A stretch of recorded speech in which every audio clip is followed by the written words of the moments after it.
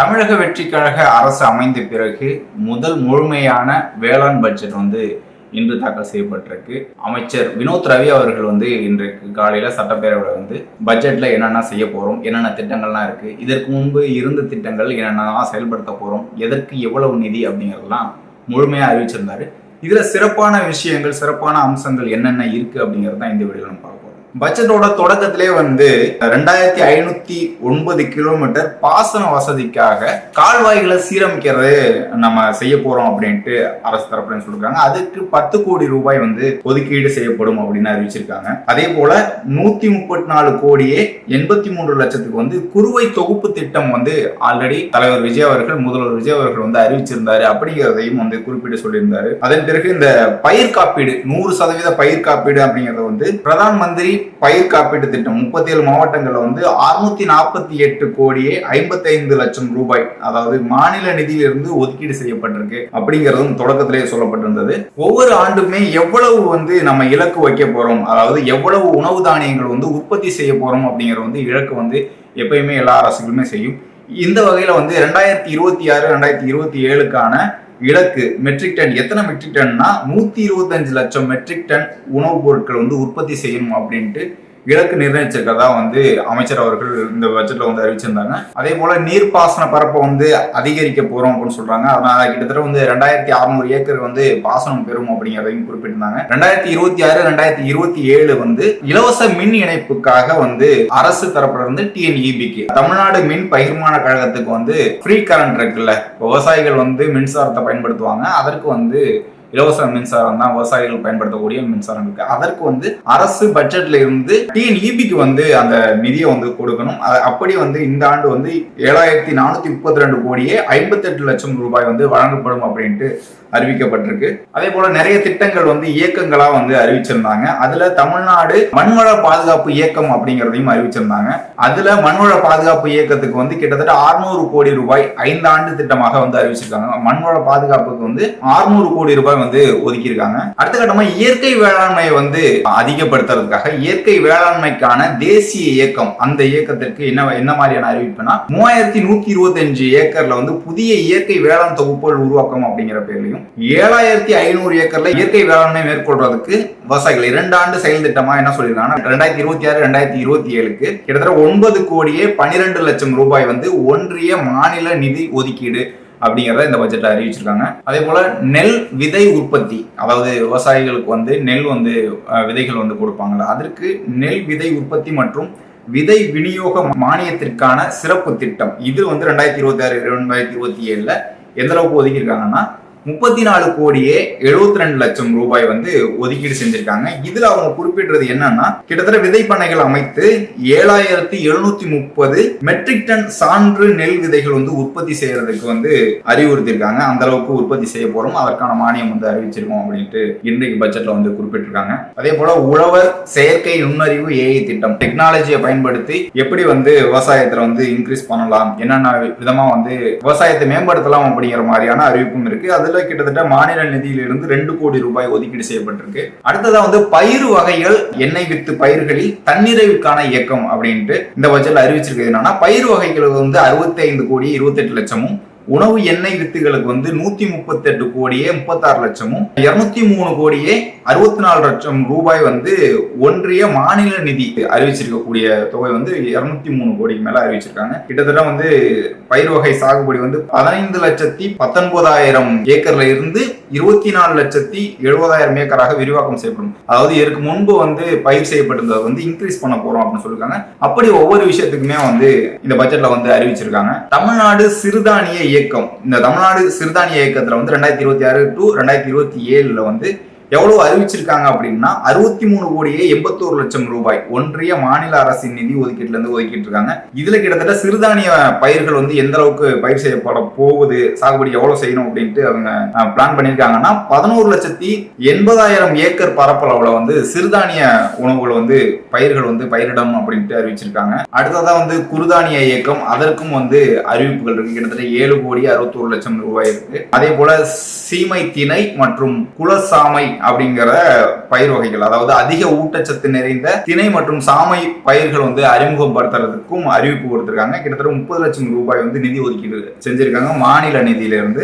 அடுத்ததா பருத்தி மறுமலர்ச்சி இயக்கம். கிட்டத்தட்ட வந்து தமிழ்நாட்டை பொறுத்த வரைக்கும் பருத்திங்கிறது நீண்ட காலமா தமிழக வரலாற்றுல வந்து பருத்தி உற்பத்திங்கிறது எப்பயுமே இருக்கும். கோயம்புத்தூரை வந்து பருத்திக்கு வந்து மான்செஸ்டர்னே சொல்லியிருப்பாங்க. இந்தியாவில் எப்படி வந்து மும்பையை சொல்றாங்களோ அது போல பருத்தி உற்பத்தியில வந்து கோயம்புத்தூரை சொல்லுவாங்க, திருப்பூர் கோயம்புத்தூரை. அந்த வகையில வெள்ளை தங்கம் என்று அழைக்கக்கூடிய பருத்தியை வந்து எந்த அளவுக்கு உற்பத்தி செய்ய போறோம் அப்படின்ட்டு சொல்லியிருக்காங்க. தமிழ்நாட்டில் வந்து சராசரியா 3,14,000 ஏக்கர் சாகுபடி வந்து செய்யப்பட்டு வந்திருக்க நிலையில வந்து 2,50,000 பொதிகள் உற்பத்தி செய்யப்படுகிறது அப்படின்னு அறிவிச்சிருக்காங்க. இதற்கு 2026 இருந்து 2027 முதல் 5 ஆண்டு திட்டமா என்ன சொல்லியிருக்காங்கன்னா 73,360 ஏக்கர் பரப்பளவுல 27 கோடியே 21 லட்சம் ரூபாய் ஒன்றிய மாநில அரசு நிதியிலிருந்து 40,000 பருத்தி விவசாயிகள் பயன்பெறும் வகையில வந்து இந்த திட்டத்தை வந்து அறிவிச்சிருக்காங்க.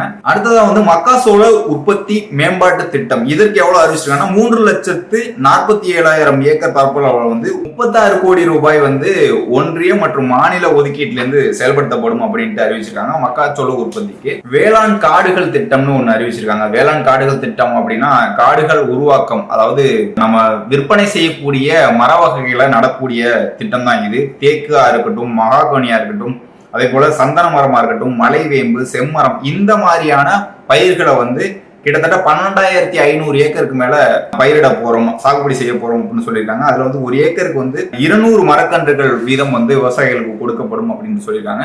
இதுதான் வந்து வேளாண் காடுகள் திட்டம் அப்படின்ட்டு அறிவிச்சிருக்காங்க. இதற்கு வந்து 17 கோடியே 70 லட்சம் ரூபாய் வந்து ஒதுக்கியிருக்காங்க. அதன் பிறகு நிறைய திட்டங்கள் வந்து விவசாயம் சார்ந்த திட்டங்கள் இருக்கு. காட்டுப்பன்றி சேத தடுப்பு திட்டம் அப்படின்னு அறிவிச்சிருக்காங்க. அதாவது விவசாயிகள் வந்து பாதிக்கப்படுறது எலியா இருக்கட்டும், மயிலா இருக்கட்டும், அதே போல காட்டுப்பன்றி, யானையா இருக்கட்டும், இந்த மாதிரி விலங்குகள் வந்து பயிரை வந்து சேதப்படுத்தும். அதை தடுக்கிறதுக்கான ஒரு திட்டமா வந்து என்ன அறிவிச்சிருக்காங்க, கிட்டத்தட்ட ஒரு 7 கோடியே 35 லட்சம் ரூபாய் வந்து சிறப்பு திட்டமா வந்து நிதி ஒதுக்கி இருக்காங்க. அதே போல தனியார் நிலங்களில் உள்ள அரசு மற்றும் தனியார் நிலங்களில் உள்ள சீமை கருவேல மரங்களை அகற்றும் பணிகளுக்கு வந்து 4 கோடி ரூபாய் வந்து மாநில நிதியிலிருந்து மாவட்ட ஆட்சி தலைவர்கள் வாயிலாக செயல்படுத்தப்படும் சொல்றாங்க. நீண்ட காலமாக தமிழ்நாட்டில் வந்து நிறைய பேர் வந்து சொல்லக்கூடிய விஷயங்கள் வந்து இந்த கருவேல மரங்களை வந்து அகற்றணும், அது வந்து நிறைய தண்ணீரை வந்து உரியுது, அதே போல நிறைய விவசாய நிலங்கள் வந்து பாதிக்கப்படுது அப்படிங்கிற மாதிரி நிறைய குற்றச்சாட்டுகள் வச்சிருக்கிற நிலையில வந்து அதை வந்து சரி செய்யணும் அப்படிங்கிற ஒரு நோக்கத்துல வந்து 4 கோடி ரூபாய் வந்து சீமை கருவேல மரங்களை வந்து அகற்றுறதுக்காக அறிவிச்சிருக்காங்க. அதே போல அண்ணல் அம்பேத்கர் வேளாண் உதவி திட்டம், ஆதிதிராவிடர் மற்றும் பழங்குடியினர் விவசாயிகள் வந்து இந்த திட்டங்களை வந்து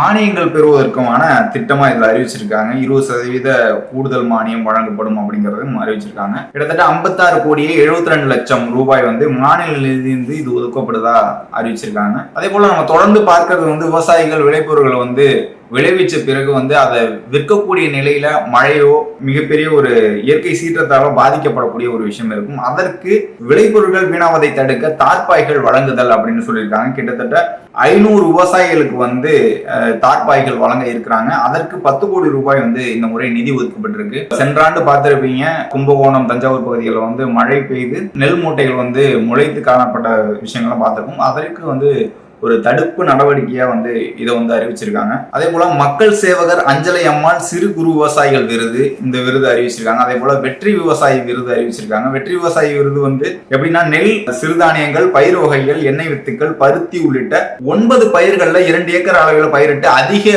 மகசூலை பெறக்கூடிய விவசாயிகளுக்கு வந்து மாவட்ட அளவில் வெற்றி விவசாயி விருது கொடுக்கப்படுறாங்க. அதுல வந்து முதல் பரிசா வந்து 50,000 ரூபாயும், இரண்டாவது பரிசாக 25,000 ரூபாயும் அறிவிச்சிருக்காங்க. 90 பரிசுகள் 67,50,000 ரூபாய் வந்து இதற்கு நிதி ஒதுக்கி இருக்காங்க. வெற்றி விவசாயி விருது. அதன் பிறகு வந்து நம்மாழ்வார் விருது வந்து அறிவிச்சிருக்காங்க. அதற்கும் வந்து கிட்டத்தட்ட 11 லட்சம் ரூபாய் வந்து ஒதுக்கீடு செஞ்சிருக்காங்க. அப்புறம் வந்து ஒருங்கிணைந்த வேளாண் விரிவாக்க மையங்கள், புதிய கட்டிடங்கள் வந்து அறிவிச்சிருக்காங்க. அதற்கு 27 கோடியே 82 லட்சம் ரூபாய் வந்து ஒதுக்கீடு செஞ்சிருக்காங்க. திருவண்ணாமலை, காட்பாடி, குடியாத்தம், முசிறி, நரிக்குடி, போடிநாயக்கனூர், கயத்தாறு, தொண்டாமுத்தூர், கோயம்புத்தூர் இருக்கக்கூடிய பகுதிகளில் வந்து 300 மெட்ரிக் டன் கொள்ளளவு கொண்ட சேமிப்பு கிடங்குகளுடன் இருக்கக்கூடிய புதிய கட்டிடங்கள் வந்து அமைக்கிறதுக்கு அறிவிச்சிருக்காங்க. அதன் பிறகு வேளாண் கண்காட்சி, அதற்கு வந்து 3 கோடி அறிவிச்சிருக்காங்க. விவசாயிகளுக்கு வந்து எப்படி விவசாயிகள் வந்து விவசாயம் பண்ணணும், அதே போல வந்து என்னென்ன கருவிகள் எல்லாம் பயன்படுத்தலாம் அப்படிங்கிற மாதிரியான அக்ரி எக்ஸ்போ வந்து அதற்கும் வந்து அறிவிச்சிருக்காங்க. அதே போல திரவ உயிர் உர உற்பத்தி மையங்களா இருக்கட்டும், புதிய விதை சுத்திகரிப்பு நிலையங்கள் அமைக்கிறதா இருக்கட்டும், விதை கரும்பு மானியம், விதை கரும்பு சாகுபடி, அது குறித்தான அறிவிப்புகளும் வந்து இருக்கு. இதுல சர்க்கரை துறை அப்படின்னு அறிவிச்சிருக்கிறது என்னன்னா 9,36,00,000 ரூபாய் வந்து மாநில நிலையிலிருந்து ஒதுக்குறோம்னு சொல்லியிருக்காங்க. எதற்காக அப்படின்னா கரும்பு சாகுபடியில் வந்து இயந்திர அறுவடை ஊக்குவித்து செலவினத்தை குறைத்து கரும்பு விவசாயத்தை வந்து அதிகப்படுத்தணும் அப்படிங்கிறதுக்காக அறிவிச்சிருக்காங்க. கரும்பு சாகுபடி மேம்பாட்டு திட்டம் அப்படின்னு அறிவிச்சிருக்காங்க. அதற்கும் வந்து நிதி ஒதுக்கி இருக்காங்க. கிட்டத்தட்ட ஒரு 9 கோடி ரூபாய் வந்து ஒன்றிய மற்றும் மாநில நிதியிலிருந்து ஒதுக்கீடு செய்யப்படுறதா இன்றைக்கு பட்ஜெட்ல அறிவிச்சிருக்காங்க. அப்புறம் தோட்டக்கலை மற்றும் மலைப்பயிர்கள் துறை, அந்த துறைக்கும் வந்து அறிவிச்சிருக்காங்க. கிட்டத்தட்ட ஒரு 2,22,794 ஏக்கர்ல வந்து 95,000 விவசாயிகள் பயன்பெறுவாங்க அப்படின்னு சொல்லியிருக்காங்க. இதற்கு ஒதுக்கப்பட்ட நிதி எவ்வளவுன்னா 785 கோடி ரூபாய் வந்து நிதி ஒதுக்கிட்டு இருக்காங்க. அடுத்ததா வந்து பனை பாதுகாப்பு இயக்கம், பனையை ஊக்குவிக்கிறதுக்கும் பனை பொருட்களை வந்து விற்பனை செய்யறதுக்கும் நிறைய திட்டங்களை அறிவிச்சிருக்காங்க. 94 ஏக்கர்ல வந்து 95,000 விவசாயிகள் பயன்பெறும் வகையில வந்து இந்த திட்டத்தை வந்து அறிவிச்சிருக்காங்க. அதுக்கு அடுத்த கட்டமா வந்து உபகரணங்கள் வாங்க, அதாவது பனை ஓலை பொருட்கள் தயாரிப்பதற்கான உபகரணங்கள் வாங்க, மற்ற பொருட்களும் வாங்குறதுக்கு கிட்டத்தட்ட 2,10,00,000 ரூபாய் மாநில நிதி ஒதுக்கீடு செய்யப்பட்டிருக்கு.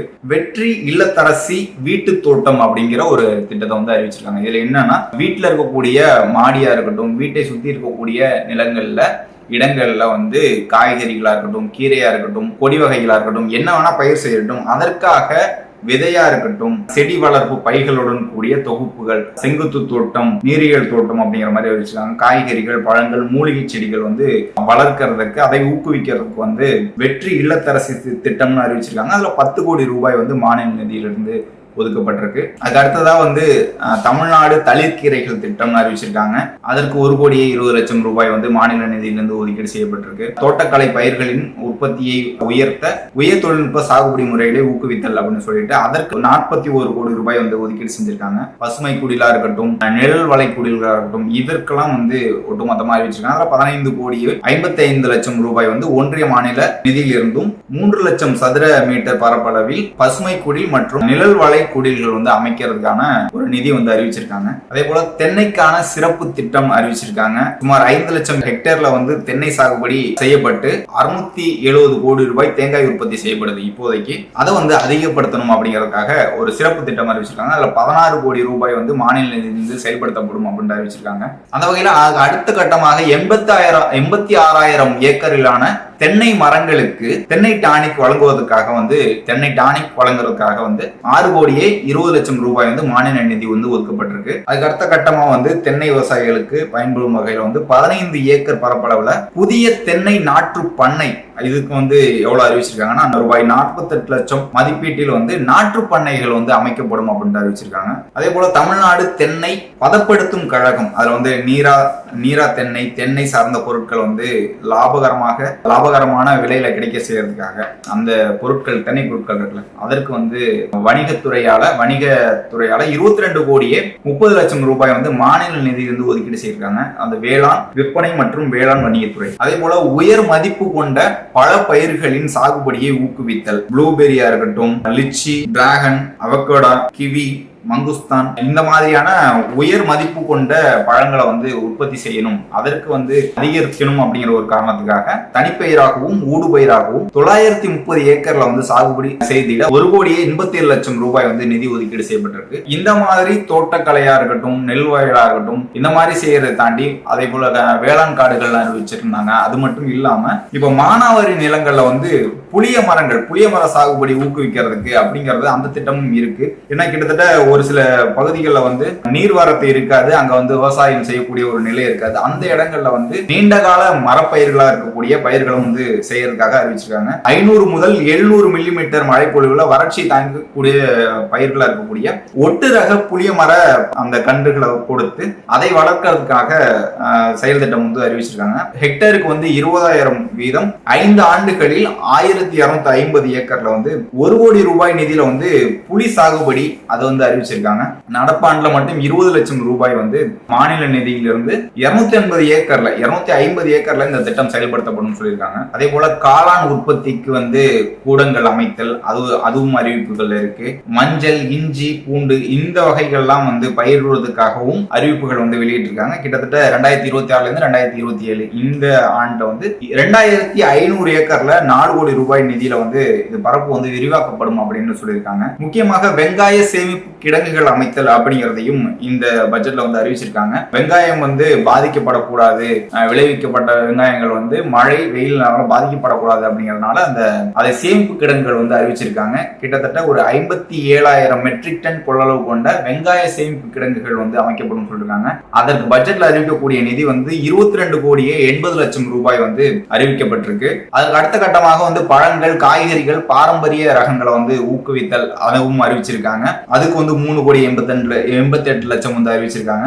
மருத்துவ பயிர்கள் சாகுபடியை ஊக்குவித்தல் அப்படிங்கிறது புதிதாக வந்து அறிவிச்சிருக்காங்க. என்னன்னா மருத்துவத்துக்கு பயன்படுத்தக்கூடிய செடிகளா இருக்கட்டும், முள் சீத்தா சாகுபடி, அதுல வந்து முள் சீத்தா சொல்லியிருக்காங்க. புற்றுநோய் செல்களை எதிர்ப்பு சக்தி திறன்களை வந்து அதிகப்படுத்தக்கூடிய முள் சீத்தா சாகுபடின்னு சொல்லியிருக்காங்க. அப்படி மருத்துவத்துக்கு பயன்படக்கூடிய தாவரங்களை வளர்க்கறதுக்கு, அதாவது சாகுபடியா செய்யறதுக்கு 1720 ஏக்கர்ல 1 கோடியே 51 லட்சம் ரூபாய் வந்து இதுக்கு ஒதுக்கி இருக்காங்க. அதே போல வேலூர் மாவட்டமா இருக்கட்டும், திருவள்ளூர் மாவட்டமா இருக்கட்டும், அப்படி தோட்டக்கலையில வந்து என்னென்ன மாதிரியான திட்டங்கள் அந்தந்த பகுதியை சேர்ந்த இடங்கள்ல என்னென்ன விவசாயங்கள் பண்ண முடியும், நகர்ப்புறங்களை எழிலூட்டுதல் அப்படிங்கிற மாதிரியான திட்டங்கள் அறிவிச்சிருக்காங்க. இதெல்லாம் வந்து ஒவ்வொரு சிறு சிறு பட்ஜெட்ல வந்து சிறு சிறு பகுதிகளாக வந்து இருக்கு. அடுத்த கட்டமாக வந்து விவசாயத்துல வந்து இயந்திரமயமாக்கல், அதற்கு வந்து என்னென்ன பண்ணலாம் அப்படிங்கிற மாதிரியான ஒரு அறிவிப்பு இருக்கு. 2026-2027 ஆண்டுல வந்து 227 கோடியே 20 லட்சம் ரூபாய் ஒன்றிய மற்றும் மாநில நிதி ஒதுக்கீட்டில் 24,000 விவசாயிகள் பயன்பெறும் வகையில வந்து சுமார் 8,870 பவர் டில்லர்கள், விசை களையெடுப்பான்கள், 885 டிராக்டர்கள், இந்த மாதிரியான இயந்திரங்களை வந்து விவசாயிகள் பயன்படுத்துறது, அந்த மாதிரியான திட்டங்களும் ஊக்குவிக்கிறதுக்கு அரசு வந்து அறிவிச்சிருக்காங்க. இந்த பட்ஜெட்ல பெண்களுக்கு வந்து முன்னுரிமை வழங்கப்படும் அப்படிங்கிறதையும் அறிவிச்சிருக்காங்க. அதே போல வேளாண் இயந்திர வாடகை மையங்கள் அமைத்தல். வேளாண் இயந்திர வாடகை மையங்கிறது வந்து அரசு தரப்புல இருக்கக்கூடிய வாகனங்களை வந்து வாடகைக்கு எடுக்க முடியும். அதற்கும் வந்து இந்த முறை அறிவிச்சிருக்காங்க. 10 லட்சம் ரூபாய் திட்ட மதிப்பீட்டில் கிராம அளவிலான வேளாண் இயந்திர வாடகை மையங்கள் அமைக்கப்படும். அதற்கு வந்து 80% மானிய அடிப்படையில் அதிகபட்சம் 8 லட்சம் ரூபாய் மானியம் வழங்கப்படுகிறது அப்படிங்கிறதையும் அறிவிச்சிருக்காங்க. வெற்றி வான்மகள் திட்டம், இது வந்து ட்ரோன் தொழில்நுட்பத்தை விவசாயத்துல வந்து பயன்படுத்தணும் அப்படிங்கிறதுக்காக அறிவிச்சிருக்காங்க. இந்த வெற்றி வான்மகள் திட்டம் எப்படின்னா, கிட்டத்தட்ட ஒரு 100 மகளிர் 500 பேர் கிட்ட வந்து அந்த பயிற்சி, ட்ரோன் இயக்கக்கூடிய பயிற்சி வந்து அழைக்கப்படும். அந்த பயிற்சியில பயிற்சி பெற்ற ஒரு 50 மகளிர்களுக்கு வந்து 50% மானியத்துல 2 கோடியே 50 லட்சம் ரூபாயில வந்து மாநில நிதி வந்து ஒதுக்கப்பட்டிருக்கு. இந்த ட்ரோன் விவசாயிகள்ல வந்து விவசாயத்துல வந்து ட்ரோன் பயன்படுத்த வந்து அதிகப்படுத்தணும் அப்படிங்கிறதுனால, பூச்சி மருந்து அடிக்கிறதா இருக்கட்டும், மற்ற வேலைகளுக்காக இருக்கட்டும், இதற்கு வந்து ட்ரோன் பயன்பாடு வந்து இப்போதைக்கு பயன்படுத்தப்பட்டு வந்திருக்கு. அதை வந்து மகளிரை மையப்படுத்தி, அது மட்டும் இல்லாம ஒரு 500 பேருக்கு பயிற்சியும், அந்த மானிய விலையில ட்ரோன்கள் கிடைக்கிறதுக்குமான ஒரு அறிவிப்பு வந்து இந்த பட்ஜெட்ல வந்து அறிவிச்சிருக்காங்க. அதுக்கு அடுத்த கட்டமா பண்ணை குட்டைகள் உருவாக்குதல், தூர்வாறுதல், அந்த பணிகள் வந்து எப்படி செய்ய போறோம், சீரமைக்கக்கூடிய பணிகள் வந்து எப்படி செய்ய போறோம் அப்படிங்கிறதையும் அறிவிச்சிருக்காங்க. 1000 ஏக்கர் பாசன பரப்பை உருவாக்கிட நீர் ஆதாரங்களை ஏற்படுத்துதல். அதாவது 1000 ஏக்கருக்கு வந்து நீர் தேவையை வந்து பூர்த்தி செய்யறதுக்கு பாசன ஆதாரங்களை வந்து ஏற்படுத்துறதா சொல்லிருக்காங்க. அதற்கு ஆழ்துளை கிணறா இருக்கட்டும், குழாய் கிணறுகளா இருக்கட்டும், இது வந்து அமைக்கிறதுக்கு மானியம், பம்பு செட்டுகள், இந்த திட்டம் எல்லாம் வந்து இதுல அறிவிச்சிருக்காங்க. சூரிய சக்தி பம்பு செட் அமைக்கும் திட்டம் அறிவிச்சிருக்காங்க. கடலோர பகுதிகளில் தோட்டக்கலை திட்டம் அப்படின்னு அறிவிச்சிருக்காங்க. அதுல என்னன்னா நீல பசுமை தோட்டக்கலை பூங்காக்கள் அமைக்கப்படும் அப்படின்னு சொல்லியிருக்காங்க. இந்த இடத்தை பொறுத்த வரைக்கும் இது ஓர்நிலமா இருக்கக்கூடிய பகுதிகளில் என்னென்ன விவசாயம் செய்ய முடியும் அப்படிங்கிற ஒரு பயிரை பார்த்துட்டு, மிளகாய் செடியா இருக்கட்டும், மற்ற செடிகள் என்னென்னலாம் வளரும் அப்படின்னு பார்த்துட்டு அதற்கும் ஒதுக்கியிருக்காங்க. கிட்டத்தட்ட ஒரு 49,40,000 ரூபாய் வந்து ஒன்றிய மாநில நிதியிலிருந்து ஒதுக்கப்படும் சொல்றாங்க. கடலோர பகுதிகளில் விவசாயம் செய்யக்கூடிய ஒரு காரணத்திற்காக. இறுதியாக நிறைய திட்டங்கள் எதை மையப்படுத்தி இருக்குன்னா, விவசாயத்துல வந்து கருதளிக்கும் இயந்திரமா இருக்கட்டும், இயந்திரங்களை வந்து வாடகைக்கு பெறுவதா இருக்கட்டும், அதே போல அதை பழுது நீக்கக்கூடிய மையங்களா இருக்கட்டும், விவசாய இயந்திரங்களை வந்து பழுது நீக்கிறதுக்கான ஒரு மையங்களா இருக்கட்டும், பயிர் சாகுபடி தொடக்கம் முதல் இறுதி வரை வந்து இயந்திரமயமாக்கல், வேளாண்மை பொறியியல் விரிவாக்கம் மற்றும் பயிற்சி மையம் அமைத்தல், அதாவது விவசாய பொருட்கள் அதே போல இயந்திர பொருட்கள்லாம் வந்து எப்படி வாங்கணும், எப்படி பயன்படுத்தணும், அதை எப்படி பழுது நீக்கணும் அப்படிங்கிற திட்டங்கள்லாம் வந்து எல்லாத்துக்குமே இருக்கு. நீங்க வந்து விவசாயத்துல நெல்லுக்கு, கரும்புக்காக இருக்கட்டும், அதே போல தென்னை பயிர்களாக இருக்கட்டும், மாப்பயிர்களாக இருக்கட்டும், என்னென்ன பயிர்களுக்கு என்னென்ன மாதிரியான இயந்திரங்கள், உழவு இயந்திரங்கள், பூச்சி மருந்து அடிக்கக்கூடிய இயந்திரங்கள் அப்படின்னு இயந்திர கருவிகள், அதற்கான கண்காட்சி, இந்த மாதிரியான அறிவிப்புகள் வந்து இறுதியில இருக்கு. இறுதியா வந்து தமிழ்நாடு விவசாயிகளின் வருமான மேம்பாட்டு ஆணையம் அப்படின்ட்டு ஒன்று அமைக்கப்படும் அப்படின்னு சொல்லியிருக்காங்க. தமிழ்நாடு விவசாயிகளின் வருமான மேம்பாட்டு ஆணையம் 23 கோடி ரூபாய் நிதி ஒதுக்கீட்டில் சென்னை தலைமையிடமாக கொண்டு அமைக்கப்படும் அப்படின்ட்டு அறிவிச்சிருக்காரு விவசாயத்துறை அமைச்சராக இருக்கக்கூடிய வினோத் ரவி அவர்கள். இவ்வாண்டு வந்து 5 கோடியே 20 லட்சம் ரூபாயில வந்து மாநில நிதியிலிருந்து ஒதுக்கப்படும் அப்படின்னு சொல்லியிருக்காங்க. இப்படி விவசாயிகள், நெல் விவசாயிகளா இருக்கட்டும், திணையா இருக்கட்டும், பழ வகைகளா இருக்கட்டும், நீர்நிலை சீரமைக்கிறதா இருக்கட்டும், கருவேல மரங்களை வந்து அகற்றுறதா இருக்கட்டும், இயந்திரங்கள் வாங்குறதா இருக்கட்டும், பயிற்சியா இருக்கட்டும், விதைகளா இருக்கட்டும், அதே போல மரக்கன்றுகள் நடுறது, இப்படி விவசாயம் சார்ந்து ஒவ்வொரு திட்டத்தையும் தேடி தேடி வந்து அறிவிச்சிருக்காங்க தமிழக வெற்றி கழக அரசு. விஜய் அவர்களுடைய அரசுல வந்து முழுமையான விவசாய பட்ஜெட்ல வந்து இந்த அறிவிப்புகள்லாம் இருக்கு. இதற்கு முன்பே கடன் தள்ளுபடி வந்து அறிவிச்சிருந்தாங்க. மீதம் இருக்கக்கூடிய கடன்களை வந்து அடுத்தடுத்த கட்டமாக வந்து தள்ளுபடி செய்யப்படும் அப்படின்ட்டு அறிவிச்சிருந்தாங்க. நேற்றைய பட்ஜெட்ல, முழுமையான பட்ஜெட்ல வந்து நிதியமைச்சர் அவர்களும் அறிவிச்சிருந்தாங்க. இப்போதைக்கு இந்த 2 ஆண்டுகள்ல வந்து நிதி சீரமைப்பு அப்படின்னு ஒண்ணு இருக்கு. அதன் பிறகு முழுமையாக தாவேக அரசு, தாவேக கட்சி தேர்தல் அறிக்கையா சொல்லக்கூடிய எல்லா விஷயமும் படிப்படியாக செய்யப்படும் சொல்லியிருக்காங்க. இன்றைய வேளாண் பட்ஜெட்ல விவசாயிகள் வந்து பயன்பெறக்கூடிய அனைத்து திட்டங்களுமே இருக்குன்னு பார்க்க முடியுது. இது மட்டும் இல்லாம நீங்க வந்து என்ன எதிர்பார்க்குறீங்க, நீங்க வந்து என்ன எதிர்பார்த்தீங்க, என்னென்னலாம் வந்து பூர்த்தி செய்யப்பட்டிருக்கு அப்படிங்கிறதையும் கமெண்ட்ல சொல்லுங்க. நன்றி.